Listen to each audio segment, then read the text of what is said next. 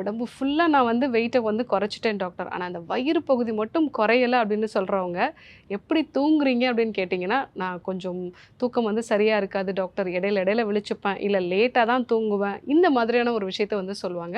இல்லை சின்ன சின்ன விஷயத்துக்கு கூட அதிகமாக ஸ்ட்ரெஸ் ஆகிறதா வந்து சொல்லுவாங்க. ஸோ அந்த மாதிரி ஸ்ட்ரெஸ் ஆகும்போது கார்ட்டிசால் லெவல் அதிகரிக்கிறதுனால, உங்களோட உடம்புல மற்ற பகுதிகள்ல இருக்கக்கூடிய கொழுப்பெல்லாம் எடுத்துட்டு வந்து உங்களோட வயிற்று பகுதியில வந்து அது ஸ்டோர் பண்ணும். இந்த வயிற்று பகுதியில இருக்கக்கூடிய இந்த உள் உறுப்புகள பாதுகாக்கிறதா நினைச்சிட்டு, இந்த ஒரு வேலைய அந்த கார்ட்டிசால்ங்கிற ஹார்மோன் வந்து செய்யும்.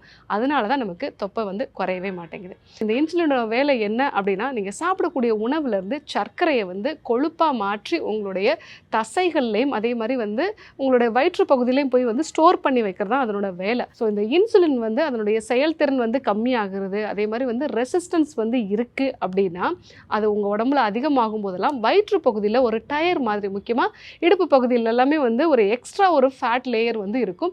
ஸோ இன்சுலின் அதிகமா வந்து உங்க ரத்தத்துல ஃப்ரீயா இருக்கு அப்படின்னா, வெயிட் இன்க்ரீஸ் ஆகுறதுக்கு, முக்கியமா வயிற்று பகுதியில வந்து ஒரு டயர் மாதிரியான ஒரு தொப்பை வரதுக்கு முக்கியமான காரணம். 3வது, பெண்களா இருக்காங்க அப்படின்னா, அவங்களுக்கு ஈஸ்ட்ரோஜன் ஹார்மோன் வந்து அதிகமாகுது அப்படின்னா, இந்த ஈஸ்ட்ரோஜன் ஹார்மோன் வந்து உங்களுடைய முக்கியமா வயிற்று பகுதியில இருக்கக்கூடிய கொழுப்பை குறைக்கிறதுல ரொம்பவே சிரமமா இருக்கும்.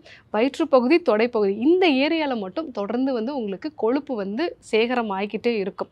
ஸோ நிறைய பேருக்கு இந்த ஃபைப்ராய்டு பிரச்சனை இருக்கிறவங்க, பிசிஓடி மாதிரி பிரச்சனை இருக்கிறவங்க, எண்டோமெட்ரோசிஸ் மாதிரியான பிரச்சனை இருக்கிறவங்க எல்லாருக்குமே இந்த ஈஸ்ட்ரோஜன் ஹார்மோன் அதிகமா இருக்கிறனால தான் அவங்களுக்கு இந்த தொப்பையை குறைக்கிறதுங்கிறது ரொம்ப சிரமமா இருக்கு. ஸோ இந்த 3 விஷயங்கள் தான், இந்த 3 ஹார்மோன்ஸ் தான் உங்களுக்கு தொப்பை வர்றதுக்கு முக்கியமான காரணமா வந்து இருக்கு.